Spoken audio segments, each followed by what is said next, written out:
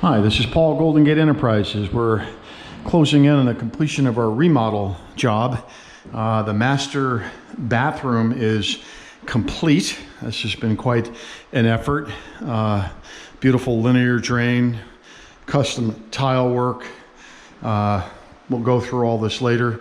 You can see we're finishing up the master walk-in closet. This is all going to be cedar. This is the master bedroom up here. Got 56 new recessed lights throughout the house, redoing the whole staircase. 3 new bathrooms, new kitchen. We're having to level the front floor here. All new flooring is being put in. This is a beautiful hardwood floor, Cali bamboo. There's a lot of low and high spots in this particular slab area, so this is getting all floated out. And in here, we've got a portion of our hardwood floors already done. The new kitchen is in. So we're kind of working our way through this. And we have stacked stone fireplace here.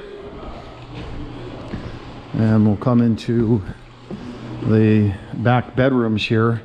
And in the back bedrooms, we have hardwood floor that's going in, cedar flooring. There's our finished bathroom.